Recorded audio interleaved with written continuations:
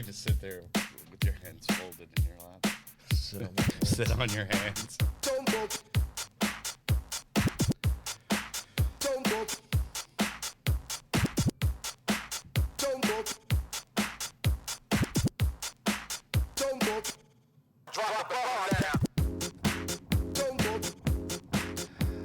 All right, everybody. Happy Friday. Yes, we are a little tardy today, but that is because of scheduling conflicts, and we just roll with the punches like that. So, but we're live now, and we will be on YouTube later.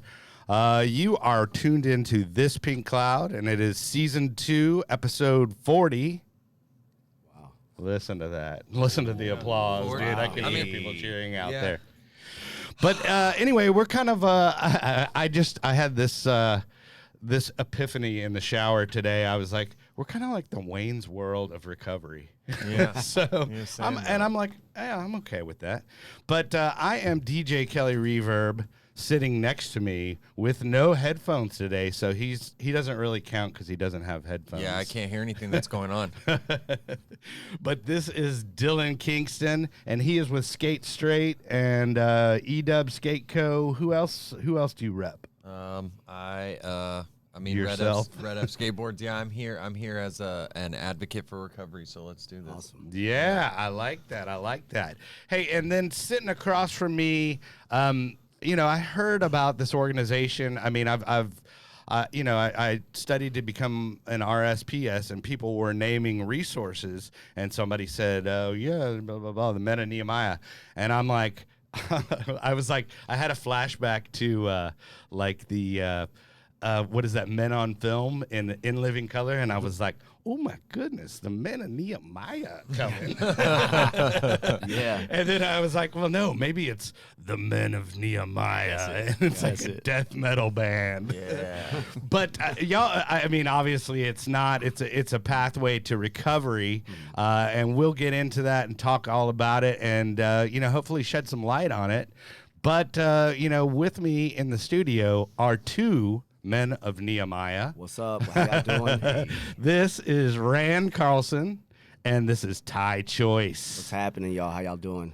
And Rand, congrats on the, I got to put this out there, on the engagement, dude. Thank you. Yeah, she has actually been on the show, so you want to give a shout out to your lovely wife. Hey, Megan, how you doing? Hey, girl. Hey, but basically what we do is we just kind of figure out like a little bit of your backstory, share what you want to share. And then, we'll get to the part, the good part where y'all meet up with the Men of Nehemiah and save lives and do the Lord's work. Oh, yeah. But hey, Rand, why don't you start us off and just, are you timing yourself? No, my phone's blowing up. So that was probably a text from Megan. No, I love you, baby. Yeah.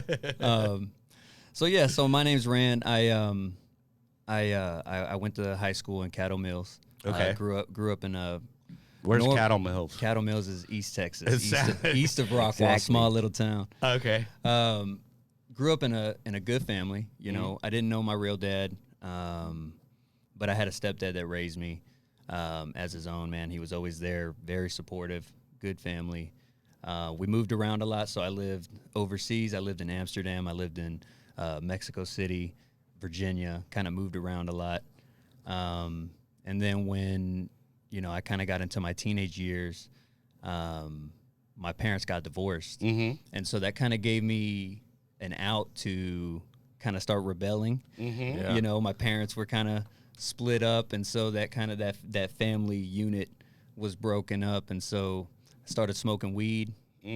Started going to parties. Yeah, and a lot of people don't think that that's a big deal, which, some people can navigate it successfully. Yeah. But, we had Quincy Carter. I can name drop now. We had Quincy Carter, former Dallas Cowboys quarterback, on last week, and he was talking about how simple it was, like how it just started with weed, and it truly was a gateway drug. Right. So, yeah. So I came from like this real sheltered childhood, Mm-hmm. Had to get good grades. We ate at the table together. Oh. And so, when that wasn't there anymore, it was all of a sudden, well, now I can go do what all my friends are doing, Mm-hmm. And so started partying, started smoking weed. drinking a lot, and then I ended up dropping out of high school. Dropped out, got my GED. Then I moved to Seattle. I was like, I'm out of Texas. Oh, love Went Seattle. to Seattle. Seattle's great, man. I Yeah. love Seattle. Well, that's when I really started going hard. Sure, sure. You know, I was. I actually invented a game when I was there last time. I was there like 2 months ago DJing, and I invented a game called Homeless or Healthy, because it's like, is that guy homeless or is he healthy? I'm like, Yeah, you never it's can pretty tell. crazy. But I love Yeah. Seattle. They're- Anyway, Yeah, so Seattle was. That's when I started to really get into trouble. You know, I didn't have any family up there. I was just kind of. I moved up there with a friend that I knew from Texas. He moved up there. Just went up there, hung out with him. I was supposed to just stay the summer, but I ended up just staying. And man, so weed and alcohol started turning into cocaine and ecstasy. You know, and stayed up there for about 8 years, man. And that's when I started kind of getting into trouble with the law, going to jail, in and out of jail for, you know, little things like possession charges and stuff like that. Nothing major. right.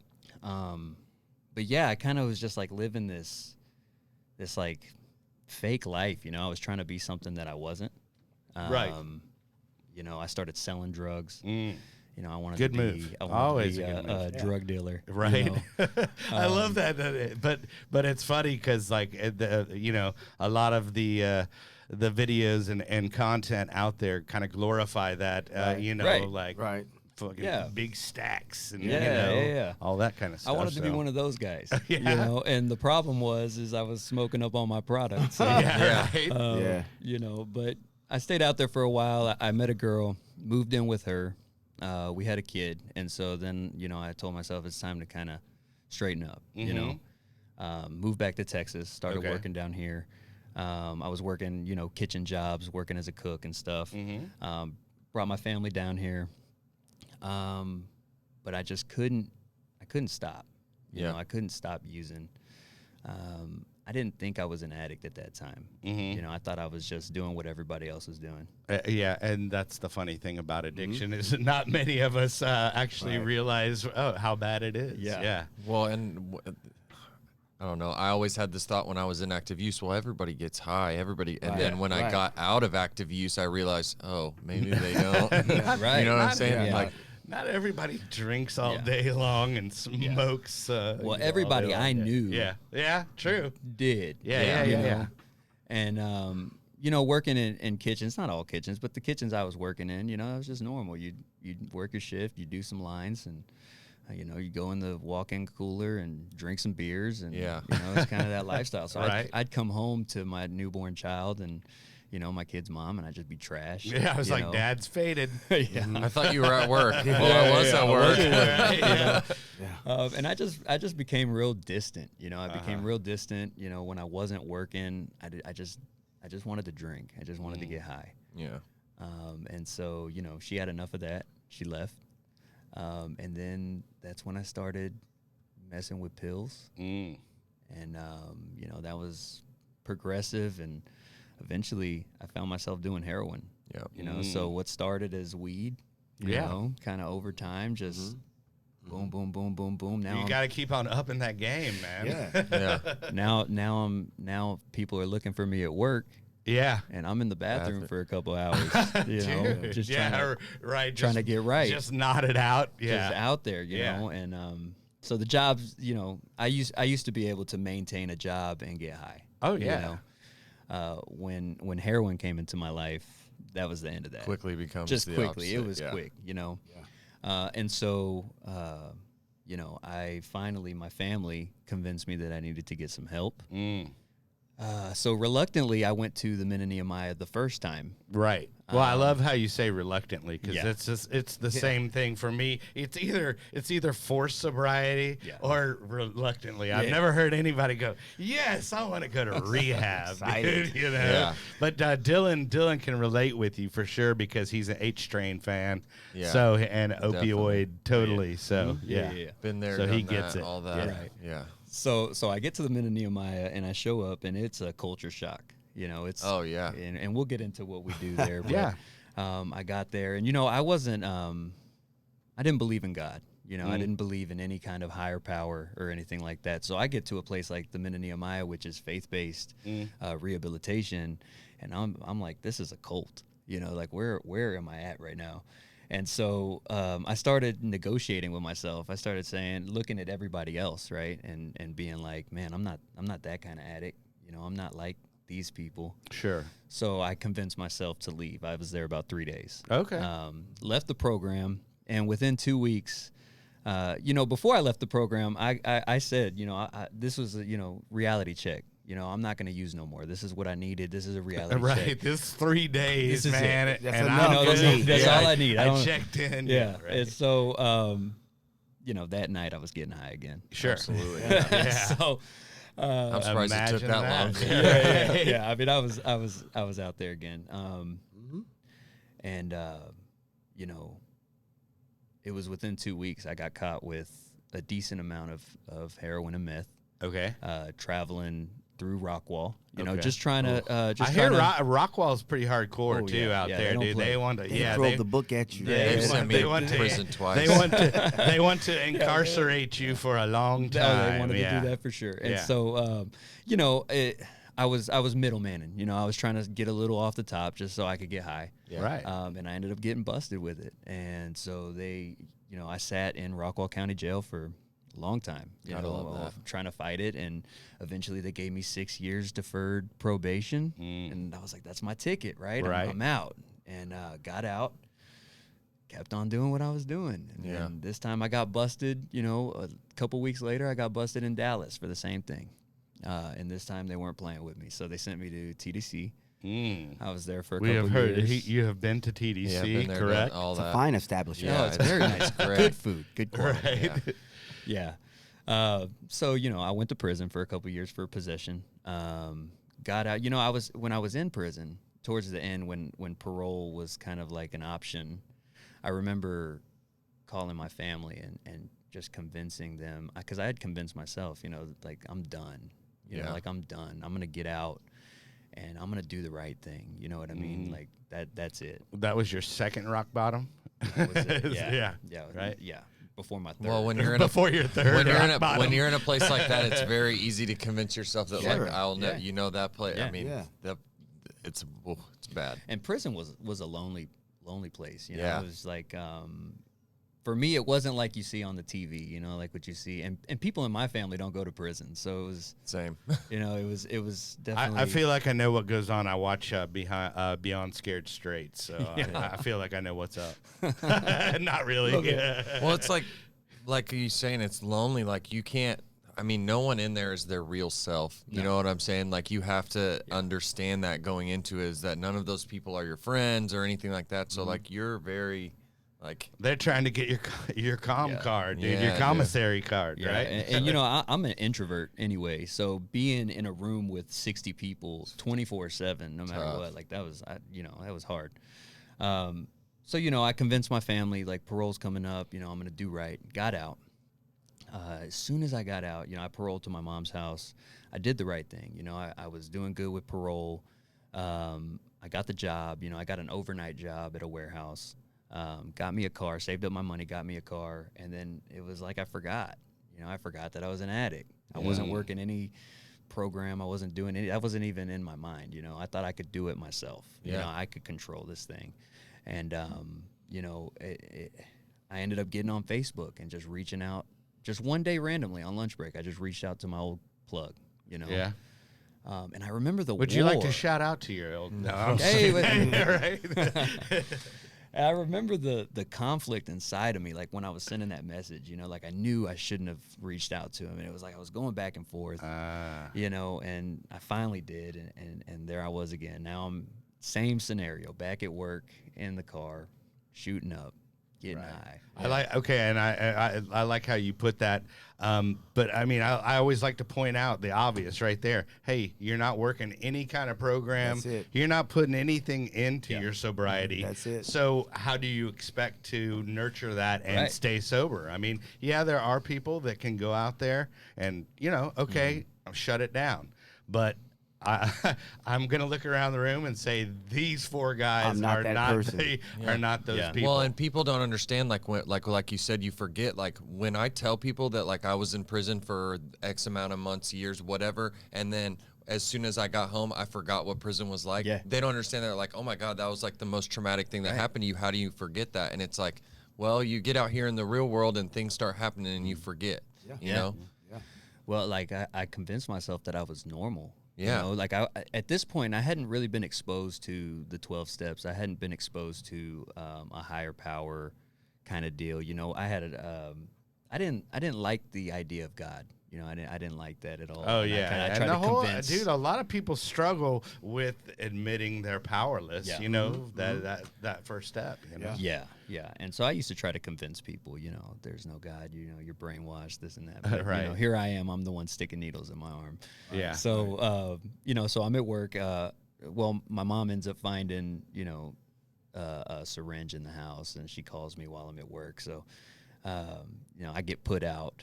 And so my idea is, you know, I got some money. I'm gonna go stay with my plug. You know, I'm gonna just go crash on his couch. And the problem with that is the money runs out. Yeah. And when the money runs out, you know, they don't let you stay on the couch no more. So ended up wrecking my car. You know, dope sick, wrecking my car. So now I couldn't get to work anymore. Hey, Dylan, you've done that before.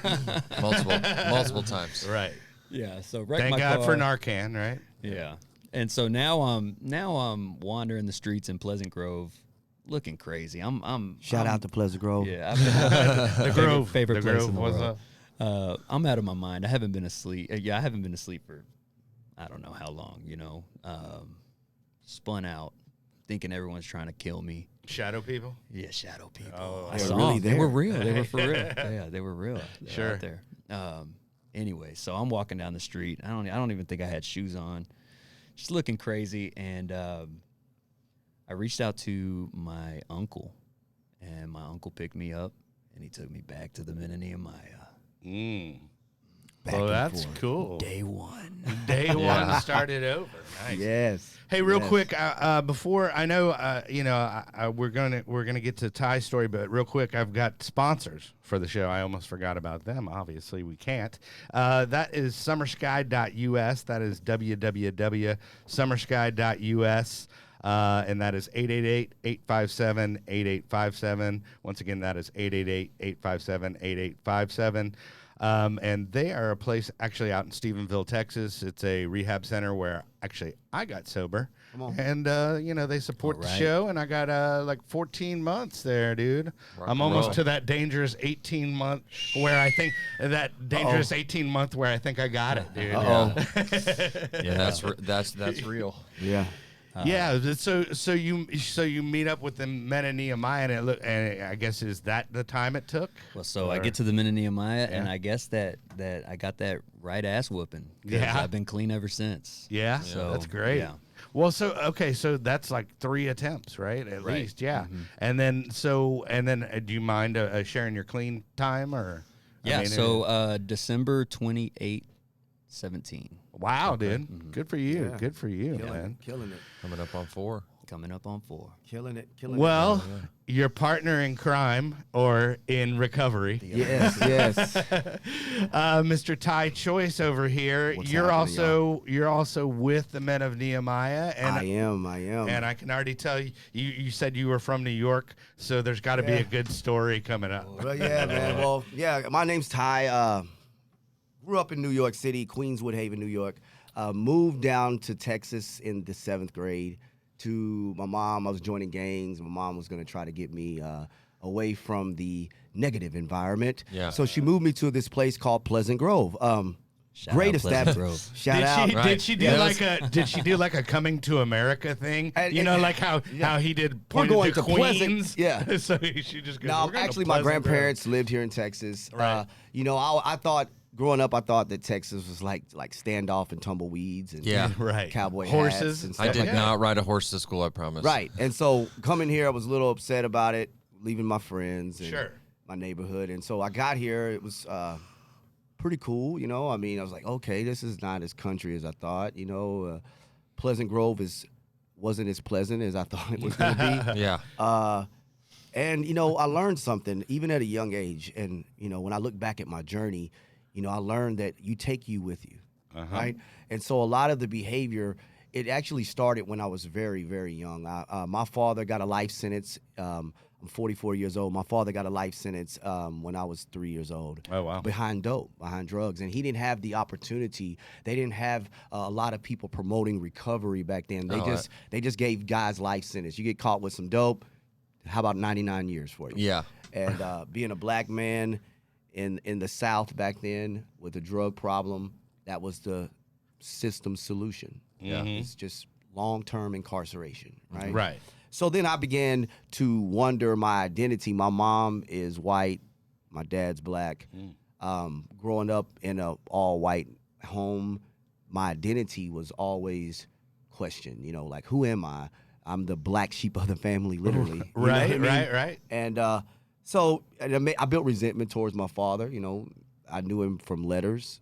Yeah. He would send me little handkerchiefs with Winnie the Pooh drawn on it. A little you know how they do in prison. Jailhouse origami or something. Yeah. Right. And I just began to put those in shoe boxes and build this resentment. You know, Oh, wow. I don't really want to deal with this cat. You know, Yeah. and so as I got older, man, kind of the same story. I started skateboarding. Skateboarding early on kind of helped me. I kind of joined a different clique of kids in Dallas, and I think that it gave me a little bit of understanding of it's okay to be different. You know what I mean? But in that, right, it exposed me to a large, diverse circle of friends. Yeah. Right? And so started out real quickly, 7th, 8th grade, I started smoking pot. Didn't think anything of it. You know, everyone does it, right? Yeah. And then, you know, drinking kind of started happening around that same time. And man, I just got off track. Got off track, and schoolwork started being, I stopped going to school, really. Right. You know? But I was somehow able to graduate high school, and then I just decided that I was going to be a professional drug dealer. Man, I was like, this is the, Nice. this is I like, like you know, it. like, I mean, Willie and Sal. yeah, I'm gonna, Texas. I'm really going to do well. This has got a great retirement plan. You know, there's, Right. well, it didn't, And great benefits, Yeah, they great have health 401k. insurance. They have- all the girls like him. You know, and They have ping pong tables at the federal penitentiary. No Right. worries. You're fun. golden. Good time. So I'm gonna sell drugs, and like my friend, like my brother here shared, man. I was using more than I was selling, and started getting in trouble. Started going to jail early, 18 years old. I'm in and out of jail. From 18 to 20, I probably went to jail 10 times. You know, just for small stuff. But as my disease progressed, right, as the addiction progressed, hanging out with certain cliques, they would say, hey, Ty, we're selling this, we're selling that, you need to stay up late. So I was introduced to, coke and just those kind of uppers, small, light, I'm doing a couple lines here and there. I didn't think I was that bad. But eventually it turned into, now you're doing too much uppers, so you need something to slow down. Oh, right? yeah. So No, now I call that Elvis syndrome. right. So Yeah. this is the mid 90s. The syrup craze is real high. Oh, yeah. Everybody's drinking syrup. And so, we want to be like, I'm Everybody- a rap artist. so Everybody I'm- out there scissor. double cupping it. Yeah, I'm dude. scissored up. So now I didn't know that this is like a liquid heroin. And so yeah. I'm drinking Yeah. it daily. We're driving down to Houston, coming back, kicking it in Austin, doing all this stuff. I'm in a local hip hop group in Dallas. So I think I'm friends with Erykah Badu, friends with all these people, and I feel like a rock star, Yeah. And You then, know Rob Free? yeah, I do. Rob Free's my Rob homeboy. Free's great, man. I love that guy. Good friend of mine. Shout out. So grew up with all those guys and the Deep Ellum scene, and all of a sudden, man, one day the syrup, it was a drought, and I found myself sick. I was like, man, what's wrong with me? I feel sick. Feel like So shit. my friend was telling me, like, Ty, that's you're withdrawing, and I By never. the way, you're dope sick. Yeah, dude. I didn't like that term. I was like, no, that's crazy. That's not me. So make a long story short, man, ended up being introduced to heroin. And then once I started doing heroin, it was kind of like, for me, all bets were off now. Oh, Like yeah. any kind of level of like, you don't do that, I was done There were with that. the It's like, moral, the moral compass just like, got put in the drawer. yeah, like there's no more level, there's no more bar, like there's no more what I won't do. And so, man, I just dove straight in. I mean, I went from just doing a little bit of doing syrup and a couple of lines to like smoking crack and shooting heroin. Yeah. And thus comes the drama. Like, boom, rehab. I've been to Turtle Creek 3 times. I've been to Homeward Bound 5 times. I've been to jail 31 times. I've been to prison 3 times. I've been to state jail twice. And this was a 10-year process of almost death. Wow. And I just could not. My family couldn't have me in their home like that. I ended up, I was living like a wild animal. I was sleeping outside abandoned buildings. I was unrecognizable, about 80 pounds, talking to myself, in and out of psychiatric places, Green Oaks, all these different places. And everyone was like, pointing towards addiction. And I was thinking, if I just had my dad, or if I just had, the right job or the right girl or whatever, it was the right outward circumstance, it would change me. And it just didn't work, man. And so on October the 8th of 2010, man, I was sleeping in a dumpster in Pleasant Grove and sleeping behind it, man. And I had a little couch and, I had needle marks down my neck. My lips were burnt. It's like 2 a.m, kind of a cool day, kind of like today. And I just looked up into the sky and I said, God, if you're real, I don't even know if I'm doing this right. I don't know. But I need you to help me. I would rather go back to prison than live like this. I felt more free in prison. And something happened. It's hard for me to explain. I love what you said, because like we've all done it. That foxhole prayer, I like to call it, dude. That Hail Mary or whatever you want to title that prayer. Yeah, it's like I call it an internal surrender. Yeah, I like that. And I'm gonna steal that now. A broken. It's like when you've reached all your thinking has been stripped from you, and there is no solution but to go inward, right? There's nothing that's going to fix this. And so I just kind of internally surrendered, and I can hear it when I'm in meetings. I can hear people that have had that experience. It captivates me. Yeah. And I can almost tell the journey that they're going to experience, right? But so that happened. The next morning I heard some guys talking, right? Okay. And I come from around this dumpster, and there were these guys dressed in these Army uniforms, right? And they were picking up trash, and I was like, "What?" Did you tell them to get off your lawn? No, I thought they were. I thought they were police officers. Oh, okay, yeah. Or like up north they have that guardian angels. Have you know? Yeah, so I thought it was like, what is this? Yeah, right. National Guard or Yeah, and I was like, what are y'all doing? And they were like, hey man, they were kind of startled too. They were like, yo, we're just some men that are trusting that God will deliver us from addiction, and we're out here doing some service work. And I just like kind of smiled, and a tear went down my face, and I said, well, that's me. And by the way, I called you guys yesterday on the couch. Yeah. I got in the van that day, man, and my life has never been the same since. And I always share that because I didn't come to Nehemiah. They came to you. Yeah, that's killer. And that's why my passion is outreach. I'm the outreach coordinator because I go out on the streets. I go under bridges. Oh, yeah. I try to reach the people that don't have phones, that don't have internet services, that have sold everything they have, that are feeling like that there's no hope.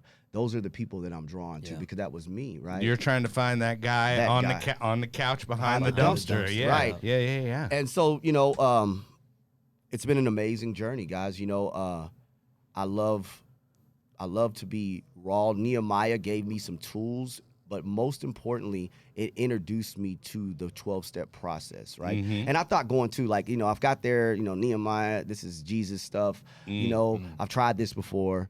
My mom took me to church. Yeah. I smoked in the parking lot. Basically, I don't know if this Jesus thing is going to work for me, but I was so broken, That's right. and I'm willing to try anything. Yeah. Anything that's not my decision, right? Right. And so we get there, about a week into it, they're like, get in the van. I'm like, what are we doing? They're like, we're going to a meeting. And I was like, well, that's odd. I thought this was Jesus. And so the guy that runs the place, he's a recovering addict out of New Orleans, man. And What's his name? His name is Louis Sorrell. Colonel Lewis. Colonel Lewis. Shout out to Colonel Lewis, man. He's a That sounds like an 80s rapper, man. He's a very anointed man that has there's like a father figure to both of us. I was at Nehemiah when it was just one apartment and 5 guys, and it's turned into a major. We provide services for over 70 men. Right now we have about 40 men in our program, and this happens 3 times twice a year. Right. Rotation. Well, do you want to throw? Hey, Brett, do you want to throw to that video real quick Sure. so y'all get a chance to look at it. Check it out. Get a little. It's like 3 minutes or something. You said like that. So Day in the life. Yeah, this kind of tells you what a little bit more in depth about what's going on at the Men of Nehemiah. Got it, Brett? The Men of Nehemiah, it is a structured faith-based ministry where men can come and allow the power of God to change their lives. This is a place where guys that are on their last leg, sometimes multiple bouts in jail, homeless, just years of substance abuse. And Nehemiah is a place where you can come and get love. We know you because we've been down that road. We know that our place in life is to serve people that are going through what we've been through. Peer influence, in most cases, is how men get into addiction.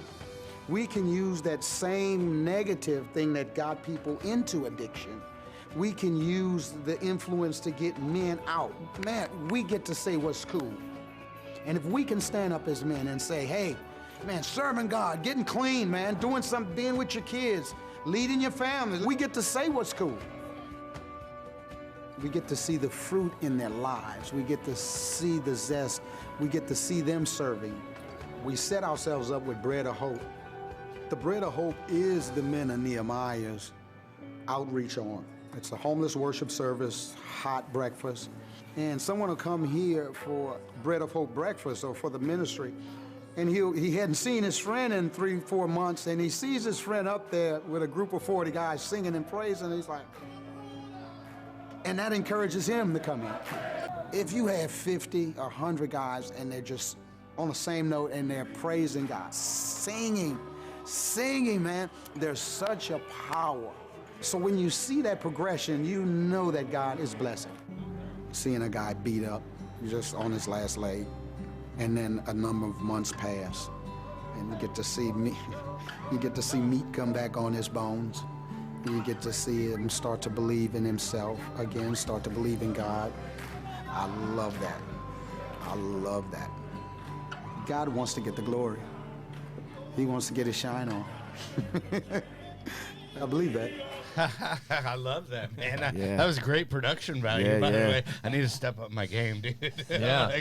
But yeah, I was like, I know that bridge. Right. I saw that. But man, that's so kick-ass that y'all do that, and it's actually like just outreach, and you actually, come, to the front line, so to speak. Yeah, man. Right.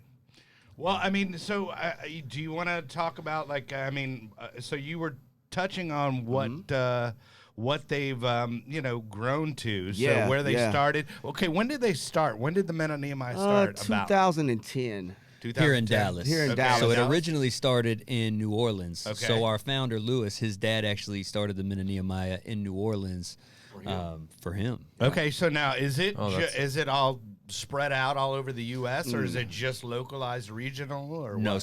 so when, and I don't know the exact story, but I believe when Lewis moved to from after Hurricane Katrina, Lewis and his family moved to Texas, and that's when he started. There's a whole story behind it, but so started. basically, this is how it is. So, Lewis' father was a colonel in the military and a pastor, and so, and Lewis was the mess up. Right. You got that. You got that much structure in a home. You're being raised in a home with He was a pastor's kid, a Pentecostal pastor who is also a military colonel. Yeah. You can imagine the rules that were in that house. Rebellion. And so he jumped into rebelliousness in college, and he started, the same story, drinking, and then it turned into drugs, which turned into hardcore drugs, which turned into jail, prison, homelessness. And his father started the Men of Nehemiah in hopes that his son could get it together. And so That's cool.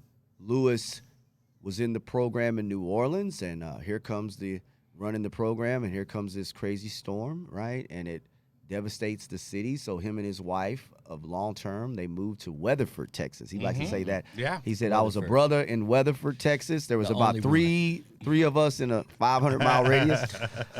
It was like where you could play Count the Black People. Yeah. basically. Yeah. And so he tells that story, man, and his wife of 20, 25 years, who was his rock, who was there when he would relapse and go to prison. And she was a solid person. They moved here, started building a life. He got himself clean, and then all of a sudden, within a flash of an eye, man, she had an aneurysm and she died. Oh, wow. And his whole world was devastated, and he knew. Told me, he said, Ty, I knew that I wasn't normal, and I knew that I was gonna, if I didn't do this, that I was gonna die. I couldn't work a regular 9 to 5, and so he sold his truck and met a few men that do ministry, and they rented him had a little room in this building, and they gave him a couple apartments and said, if you want to start ministry, do it. And so that's when I came along. I came along in that era. He would be speaking these grandiose things. Lewis would be like, Ty, one day we're going to sing in front of thousands of people, and and God's going to bring people from all over. And I was like, dude, we're about to sing in a grocery store. Like, you know what I mean? But he believed. Well, yeah. He was right. We have something. And we have now, man, the ministry has grown to a level that I never would have dreamed. Well, how many people, like, okay, how often do y'all meet? Like, give me some details, and then how many, how large is the congregation? Right. How big is the graduate or the alumni class? All that good stuff. So currently, I mean, we've had up to 50, 55 guys in the program at one time, right? Okay. And we're going, and within a few months, we'll be back at that number. Obviously, COVID has caused some of our numbers to go down, but we have grown from one guy, one staff member, or one guy, because he really wasn't. I only want to call Lewis a staff. One guy's vision. One guy to an idea, to like one what, apartment to a whole apartment complex with 15 staff members, licensed counselors, LPCs. That's what I was going to get into, because it's not just guys in fatigues yelling Jesus stuff at you. So there's a whole part to there's a back end and built out for the organization. Our program is built on 3 different departments. We've got biblical, clinical, and military. Okay. And so biblical, obviously spiritual leadership, discipleship. Clinical, we have a full counseling staff, professional counselors, so they get they get to address some of those issues as to why they do the things they do. Absolutely. And then we have the military component, which is to instill discipline and leadership, so you can go back to your family and be a leader. I know a ton of people that could use that aspect. Well, let me tell you their something. recovery. Check this out. Most people, when you hear, it's funny to hear guys share this all the time. Like when they hear military discipline. The people, exactly. Put the brakes on it. Whoa! I just want to stop smoking dope, man. I don't mean to be marching through South Dallas. I don't need to be doing boot camp. It actually is one of the, like you said, it's a great tool. It's a great tool. Yeah. It teaches you how to focus, not respond to my feelings, follow instruction, right? Yeah. Be guided by somebody. I like that part, the follow instruction. Yeah, we're used to doing what we want to do. Yeah. Right. Whenever we want to do it on impulse. Right. So 9 months of Sarge. Yes. It was definitely it's a process. And like I said, let me just give a shout out to all the places that I've been to in Dallas. They were great places. I had 24-hour Turtle Creek. Great. I love them. Great places. Yeah. I think that all places are good places. I just don't know if I was in the right place. Right? Yeah. And so I Men of Nehemiah is the place that maybe I was at the right place, and so that's the place that worked for me, right? Absolutely. And so I'm not saying these other places don't work, because I have great friends that are alumni from the 24-hour club and from Turtle Creek and Homeward Bound. These are great places, and I think that what the work they do is amazing. And I believe that any place that says, hey, if you're suffering from addiction and we got the services for you to get better, then I believe those are great places to have. Yeah. It just, for me, I had to be so broken. Right? Yeah. I had because I thought I was halfway like smart or something. And so, you know, one of the statements that I like to quote is they say that addiction has been around since the beginning of mankind.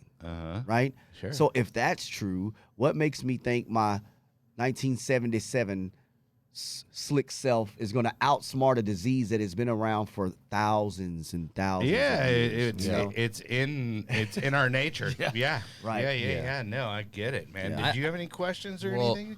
I mean, I just am. I think it's like an awesome thing, right? But like, so when you guys, because you said previously you're a big 12-step guy. So like when they come into this program, obviously everyone's not going to be in the same. So there's like a progression of like you guys have like Bible study and all of those things that they go. So there's Is there like a hierarchy, and then like is there like a military ranking? Yeah. So we're captains. Okay. Captain. So yeah, you come in, you're a you're a Cadet. private, you work your way up. Okay. And you know, the higher rank you get, the more responsibility you have in the community. But there's 3 phases to the program. So the program is a 9-month program. Each phase is about 3 months. The first 3 months is kind of like a blackout period. You're not really moving around. You're just kind of in class. And throughout the day, I mean, the day starts at 5 a.m. They're up. You know, they're up. They're reading their devotionals. They're coming together as a household. They're doing their chores, and then they do PT. You know, physical training, marching, you know, and then their day gets started. They have I love that. breakfast So you're like kind of basically giving them some structure. Yeah, absolutely. Well, I like to say it like this. So we have phase 1, phase 2, and phase 3. So phase 1 is stabilization. Yeah. Phase 2 is information. Yeah. And then phase 3 is application. Yeah. So phase 1, you're just basically getting your footing. Phase 2, you're starting to get a sponsor. You're Starting to working get tools. steps. You're making meetings. You're working with a mentor. You have different support networks that are coming down to pour into you biblical 12-step recovery processes. And then phase 3, the guys are starting to go get a job. They can start And so working, now they're get a going. phone. It's when this guy steps in and works with them and helps them that transition piece. We also have a sober living house that's connected to us, so they can stay an additional 3 months after they graduate to save money. And we strongly recommend that our guys. It's not, you don't go through the program and just say, okay, guys, that was good. I Peace, graduated. holla I'm at-" We We want to Yeah. get them connected to a community of people in recovery. fellowship. And Absolutely. that's a lot of what I say. We're like the show is all about multiple pathways. So whatever works for you. But then also, I mean, I always talk about community. Yeah. I mean, It's if huge. you don't have any kind of huge. community, It's huge. and that's what I love about addicts is we're all like, oh, I get it, dude. Yeah. You know. Yeah. So I mean, and building that community, it lets you know that you're not alone, and then that you can actually lean on somebody else. Right. Absolutely. And that's what I love. That's key, man. And Yeah. so, Nehemiah is really good with that. We're a family ministry. Family ministry. We believe in restoring men, Back to their families. putting them back in their proper place at their homes. Because I believe that when there's men in the community changes. Right. I'm talking about men that are focused on positive things. Sure. Yeah. And unfortunately for me, I didn't have a father, so the streets were I was influenced by the older homies, like, hey, we're gonna do this. I was kind of like the blind leading the blind, misinformed information, and so I found myself doing what other people were doing that wasn't going nowhere. Yeah. And so now being a restored man of God, right? I like he said in the video, I can determine what I feel is cool in the community, and I still rock my swag. We have fun, we have a good thing. That's what I was gonna say, man. Yeah. I've seen some videos. Hey, but real quick, I want to hit our sponsor. That is summersky.us. That is www.summersky.us, and that is 888-857-8857. They are a lovely place out in Stephenville, Texas. Reach out. It's Patsy and Haikisha actually will be answering the phones out there. Great ladies. And that's where I got sober. Worked for me so far. So far, so good. So, Right. boom. So far, so But so I was doing some research because as a responsible host, I have to do a little research. All right. I looked, or I think I may have stalked you on your Facebook page, but I see it's like this gospel choir, Uh-huh. Yeah. and you two gentlemen are rapping on it. Yeah, that's right. So like when I got to Nehemiah, it was a bunch of old guys. They didn't Right. like, And they were like, They were listening. They were they're like, listening. nah. yeah, No, they were all listening like to- doing like old church hymns. I was gonna say Oh it. Lord, the praise in God. A And I was- little swing low. I hated that. And I was like, yo, man, if I got to listen to 9 months of this, I'm going to be dead, man. Right. And so I told our founder, I was like, hey, Lewis, listen, man, I'm a hip hop artist. I got a little something. I want to do something to like maybe make it more lively, And he looked at me and he's like, do whatever you think, man. And so it was a trick for me because I thought the Bible was boring. Yeah. Sure. Thought it was boring. Every time I open it up, I get tired, and sometimes I still wrestle with that. But at the end of the day, like I started reading, studying, and building a relationship with God on my own, and in that process, my intention was that I would have more content to rap better, right? And so it was a trick. So I started reading to be a better rapper, and then all of a sudden I started to fall in love with God's word, and it started to become real to me, right? And it was first time that it wasn't just something. I finally started having a personal relationship with God and not a passed down one, because I was raised where my I like grandma- how you put that because a lot of religion Right, it's is passed down. passed down. I Right. mean, okay, well, I was born Baptist, so I'm then- Baptist. Yeah, and that's Yeah. basically, my mom told me, if you get baptized, we'll get you some toys at Toys R Us, and so that that was enough Hey, I'm in. motivation for me. Yeah, I was going to Sunday school on Sundays so that we could go to CC's afterwards. There you go. it. You know what And I'm so saying? I didn't have. It was passed down, and Sure. in this process, God started to really speak to me, and it made it real. And then, like I said, Lewis is very colorful when he teaches. He teaches in a way that hardcore addicts can really relate understand to, it. and he's really gifted at that. And he taught me, and so started doing this rap music thing. Well, real quick, before y'all get to the good stuff, I want to tell, because you were just talking about him talking, and I was like, I want to go see him. So where can we go, by the way? To see Lewis? Yeah, or So- to see you guys in action, Okay, or so to we get have, involved, yeah, or yeah, whatever. yeah. We have a worship service, Uh-huh. and it's live. It's off the chain. It's Uh-huh. every Sunday morning Okay. at 8 a.m. And so if you come to our main building, it's 2010 Al Lipscomb Way, Okay. Dallas, Texas. All right. Right next door to it, there's a little church, and that's where we That's have where our it goes. service. That's yeah. where it goes and down. and the awesome thing about this service is called Bread of Hope. Okay. And so we're definitely non-traditional. It's Mm-hmm. not a here comes the pastor, he's going to preach. Right. It's not that. It's a homeless worship service, right? okay. So we have, and the interesting thing is you'll have anyone from Highland Park, to the lady with a basket under the bridge, right? Yeah. Sure. On the same row, everybody serving and worshiping the same God, right? And it's really cool to see people build relationships that you normally wouldn't build relationships with. Right. So it's not churchy. Oh, yeah. We hang out. We feed the homeless afterwards. Everybody's hanging out. Everybody's talking about where they're broken. And what time is that again? It's 8 a.m. 8 a.m. 8 okay. to 9. Bright and early. So I'm gonna have to do that. I'm gonna have to come out. Oh, you got it. If you Yeah. come, it's an experience that is very, very interesting. It Yeah. will definitely change.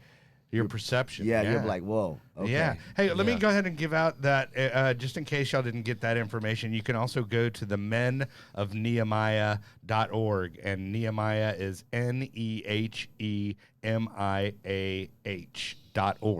I got that right? That's it. Facebook. Go to Facebook as I'm well. looking at your shirt. Yeah. If you go to Men of Nehemiah, also let me give out that number, 214-421-6705. All of that stuff, social media, y'all are on Instagram, Yeah, all of it. Facebook, All- all that. All So that. if they want to reach out to you or donate their time, Sure. anything good Yeah. like Yes, that, yes. or if they're just interested in checking out the program, Yeah. they can do that. That's right. So now I think I've built it up enough. Uh-oh.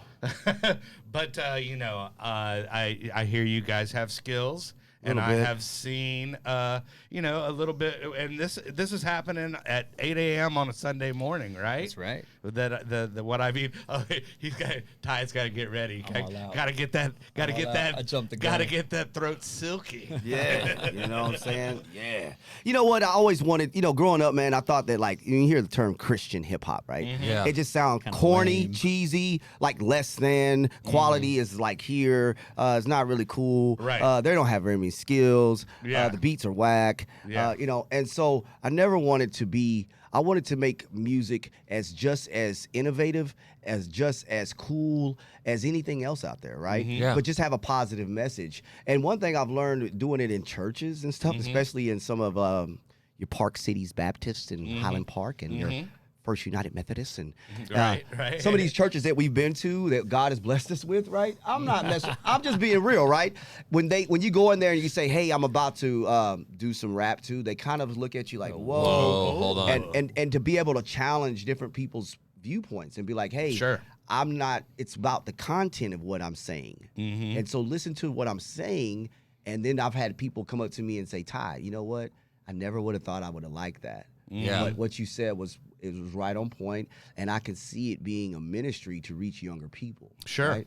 And so this cat, when he came into Nehemiah, you know, I was already doing the music thing, and I seen him. You know, he was always kind of looking at me, and then one day he said something like, "Yo, man, I'll rap too," and I was like, "Yeah, whatever," you know. Yeah, whatever. One guy. But he ended up Okay, Vanilla. he Ice. ended up spitting, man, and Yeah.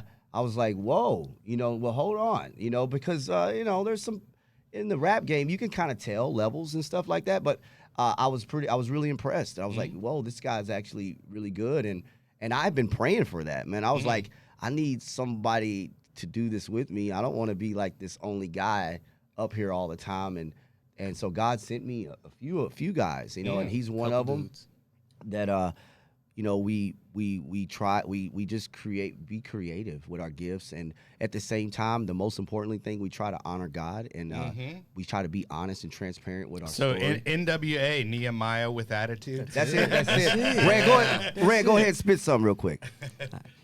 I could tell you about mercy and grace. I'm a witness to the power of faith. I was living in a miserable place. Every day another fit to the face. Mama cried when they locked me away. Did time, then I came back out, no change. Back to the same old ways. Should have been dead, but God had a plan for the pain. Bought with the blood, lay my life down and offer it up. Even if I gotta get right in the mud where they fight for the drugs with a mic in my hand, yelling Christ is enough. What? Only he could fill that void. What? He the only one who can heal that boy. Yeah. I don't got much, but I'm way too blessed to let y'all steal my joy. Yeah, I don't gotta run from the insults. I wanna fight back, that's impulse. I wanna throw hands when they stab my back, but I can't cause I'm purpose to win souls. Got a new team that I live for, so I press to the mark for the end goal. Yeah, count it all joy when they come against us, break through and high step to the end zone. What? What? You go. Yeah. All right. You, Ty. All right. It was pain that motivated me, Hey. mixed with some fear and codependency. Had to start changing all of my beliefs, exposing the real transparency. Apparently, things in my life are so twisted, demented. I had to go back and revisit, had to go back and relive it so I could experience his freedom. I'm truly forgiven. I made a decision. Woo!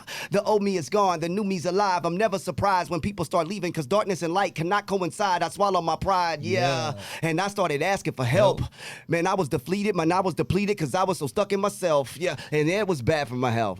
So I just surrendered to God, and he did the rest. I know that I'm blessed because now I'm defying the odds. And people be thinking I'm not going to make it. It's actually Satan just trying to distract me. I walk in the spirit. I'm not trying to hear it. Connected to God, you can never detach me. I'm doing something different. I don't need permission, just my intuition. Yes, I am a Christian, but I'm not religion. I will not conform to any wicked system because that's really prison. Not in bondage. I am paying homage to the one and only true and living God. This is not a drill. This is really real. Ain't no perpetrating on no fake facade. Why you acting hard, but you really lying. On the inside, yeah, you really crying. On my inside, all you see is lines. I'll be repping Christ till the day I'm dying. While you steady trying, I am redefying. There are different levels to the spirit realm. Get your breakthrough. He can't break you. Opposition, I ain't never fearing him. Choice.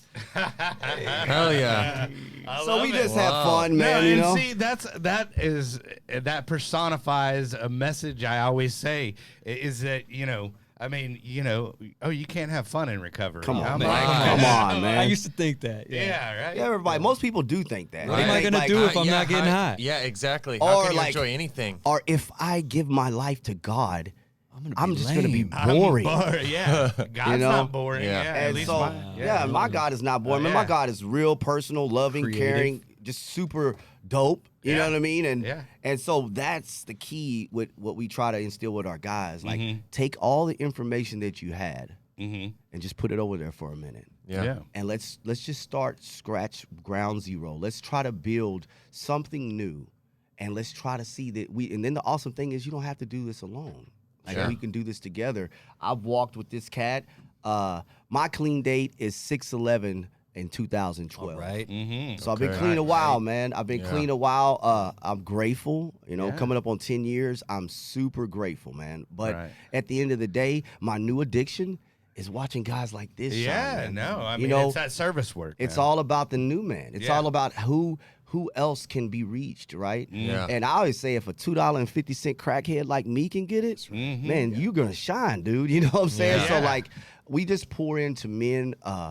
We believe in that if God redeemed and restores you and gives you another chance at life, shouldn't you help someone else? Right. Oh yeah. You know, and so that's the Men of Nehemiah. It's about one man helping another. We're all broken people. We're all messed up. We mess up every day, man. But He messes up more than me, he but messes up way more than I do. But you know, it's a place where we can come and we can be transparent with one another with what we're going through, and that's huge. That's huge for us. I love that, and I want to give that website again. So that is menofnehemiah.org, and that is Nehemiah Nehemiah. Hey, speaking of that, so why the book of Nehemiah? Obviously, You answered this the other day, and it was beautiful. Churchy. All right, let's hear it. So Nehemiah is an Old Testament prophet in the Bible, right? Right. And his vision for his community was he wanted so passionately for it to be restored. So what happens in the book of Nehemiah, the walls of Jerusalem had been destroyed, which was leaving them susceptible for all types of different attacks. Right? And so Nehemiah was a cupbearer for the king, which is a crazy job to have back then. You had to taste to make sure it wasn't poison. Yeah, right. And so cupbearers kind of rotated. But Nehemiah was a man of prayer, and he was faithful. And so he went to the king and said, look, man, I'm from Jerusalem. I want my people to be safe. And I've been in prayer, and I want to know if you would grant me permission to help restore the walls. And the king gave him permission. He went and he restored the walls. Now, as he was rebuilding the walls, he faced a lot of opposition. There was naysayers. You think you're going to do that in a few days, dude? You little Jews, what are y'all doing? But you know, but basically what he said, you feeble Jews, right? So but he was able to restore the walls within a short period of time. Obviously, God had given him a favor. And so what we believe at the Men of Nehemiah is that we are rebuilding the spiritual walls in our lives, right? Yeah. So we took that because I don't know if you know. I love that concept. Our man, walls that's have great. been broken, man. You know, if you've been through trauma, you've been through addiction, man, spiritually, sometimes you can just feel like you're empty.